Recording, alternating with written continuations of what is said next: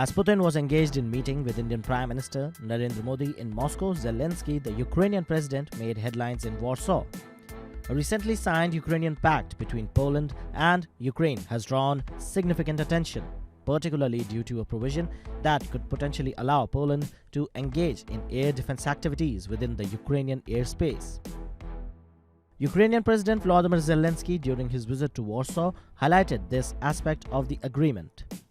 He stated that the pact includes measures for developing a mechanism that will enable Poland to intercept Russian missiles and drones entering the Ukrainian airspace, especially those headed toward the Polish territory. Zelensky also expressed enthusiasm about working closely with Poland to implement this provision swiftly. However, the Polish Prime Minister Donald Tusk offered a more cautious interpretation of this clause. While confirming its existence in the agreement, Tusk emphasized that it is primarily indicating the need for further discussion on the matter.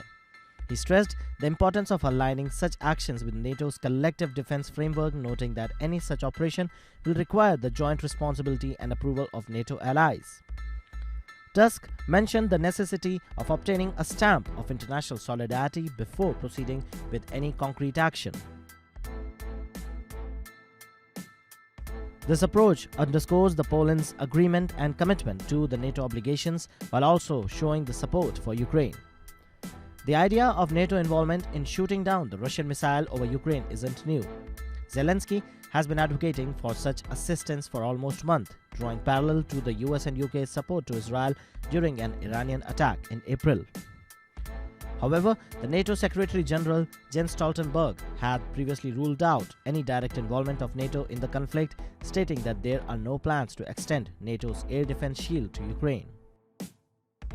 Another significant aspect of the agreement is the proposed formation of the Ukrainian Legion in Poland.